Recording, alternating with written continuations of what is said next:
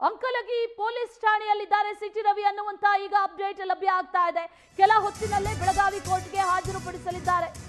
Ankalagi police ಠಾಣೆಯಲ್ಲಿದ್ದಾರೆ city Ravi. ಈಗ ಒಂದು ಕಡೆಯಿಂದ ಬೇರೆ ಬೇರೆ ಕಡೆಗೆ ಶಿಫ್ಟ್ ಮಾಡ್ತಾ ಇದ್ದಾರೆ ಪೊಲೀಸರು. ಯಾಕೆ ಅನ್ನುವಂತ ಪ್ರಶ್ನೆ ಕಾಡ್ತಾ ಇದೆ. ಈಗ ಕೋರ್ಟ್ಗೆ ಹಾಜರುಪಡಿಸಲಿದ್ದಾರೆ ಅನ್ನುವಂತ ಮಾಹಿತಿ ಲಭ್ಯವಾಗ್ತಾ ಇದೆ.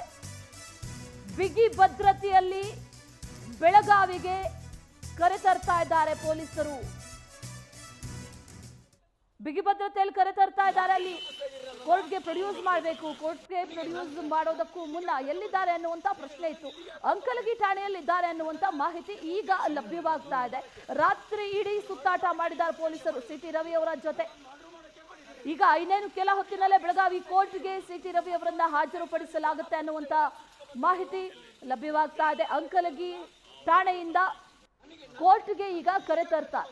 ಕೆಲವೇ ಕ್ಷಣಗಳಲ್ಲಿ ಕೋರ್ಟ್ ಮುಂದೆ ಹಾಜರುಪಡಿಸ್ತಾರೆ ಅನ್ನುವಂತ ಮಾಹಿತಿ ಲಭ್ಯವಾಗ್ತಾ ಇದೆ.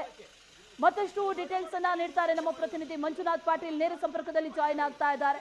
ಮಂಜುನಾಥ್, ಗಮನಿಸ್ತಾ ಇದ್ದೀವಿ ಈಗ ಅಂಕಲಗಿ ಠಾಣೆಯಲ್ಲಿ ಇದ್ದಾರೆ ಅನ್ನುವಂತ ಮಾಹಿತಿ ಈಗ ತಾನೇ ಅಪ್ಡೇಟ್ ಆಗ್ತಾ ಇದೆ. ಆ ನಂತರದಲ್ಲಿ ಕೋರ್ಟ್ಗೂ ಕೂಡ ಪ್ರೊಡ್ಯೂಸ್ ಮಾಡಬೇಕು. ಯಾವ ರೀತಿಯ ಸಿದ್ಧತೆಯನ್ನ ಮಾಡಿಕೊಳ್ಳಲಾಗಿದೆ, ಜೊತೆಗೆ ಯಾವ ರೀತಿಯ ಭದ್ರತೆಯನ್ನ ಒದಗಿಸಲಾಗಿದೆ, ಏನೇನು ಡೀಟೇಲ್ಸ್ ಇದೆ?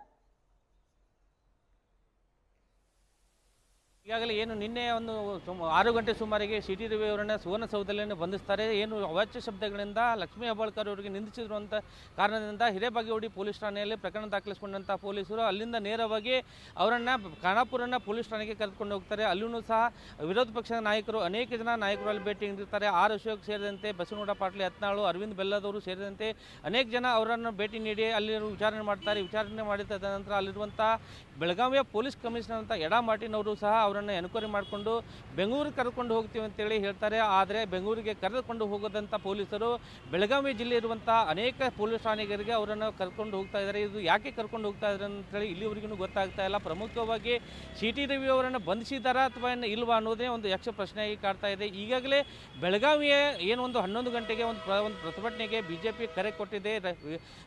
ಬಿಜೆಪಿ ರಾಜ್ಯಾಧ್ಯಕ್ಷರಾದಂಥ ಏನು ವಿಜೇಂದ್ರ ಇದ್ದಾರೆ ಅವರ ನೇತೃತ್ವದಲ್ಲಿ ಬಿಜೆಪಿಗೆ ಒಂದು ಈಗಾಗಲೇ ಪ್ರತಿಭಟನೆಗೆ ಕರೆ ಕೊಟ್ಟಿದೆ. ಪ್ರಮುಖವಾಗಿ ಆರ್ ಅಶೋಕ್ ಮತ್ತು ವಿಜೇಂದ್ರ ನೇತೃತ್ವದಲ್ಲಿ ಬೆಳಗಾವಿಯ ಚೆನ್ನಮ್ಮ ಸರ್ಕಲಲ್ಲಿ ಪ್ರತಿಭಟನೆಯನ್ನು 11 ಗಂಟೆಗೆ ಒಂದು ಸೇರ್ತಾ ಇದ್ದಾರೆ. 11 ಗಂಟೆಗೆ ಪ್ರತಿಭಟನೆ ಪ್ರಾರಂಭ ಆಗುತ್ತೆ. ಅಲ್ಲಿ ಒಂದು ರಾಜ್ಯ ಸರ್ಕಾರದ ವಿರುದ್ಧ ಅವರು ಹರಿಹಾಯುವಂಥ ಎಲ್ಲ ಲಕ್ಷಣಗಳು ಕಾಣ್ತಾ ಇದ್ದೇವೆ. ಅಷ್ಟೇ ಅಲ್ಲದೆ ಪ್ರಮುಖವಾಗಿ ಬೆಳಗಾವಿಯ ಚೆನ್ನಮ್ಮ ಸರ್ಕಲಲ್ಲಿ ಈಗಾಗಲೇ ಭದ್ರತೆಗೆ ಸುಮಾರು 6 KSRP ವಾಹನಗಳು ಸಹ ಈಗಾಗಲೇ ಸನ್ನದ್ಧವಾಗಿದ್ದಾವೆ. ಅದೇ ತರನಾಗಿ 600ಕ್ಕೂ ಹೆಚ್ಚು ಪೊಲೀಸರು ಒಂದು ಭದ್ರತೆಗೆ ಒಂದು ನಿಯೋಜನೆಗೊಂಡಿದ್ದಾರೆ. ಅದರಲ್ಲಿ ಪ್ರಮುಖವಾಗಿ ಹೃದಯ ಭಾಗದಲ್ಲಿರುವಂಥ ಚೆನ್ನಮ್ಮ ಸರ್ಕಲ್ ಏನಿದೆ, ಚೆನ್ನಮ್ಮ ಸರ್ಕಲಲ್ಲಿ 11 ಗಂಟೆಗೆ ಈ ಪ್ರತಿಭಟನೆ ಪ್ರಾರಂಭ ಆಗುತ್ತೆ. ಅಶ್ವಿನಿ.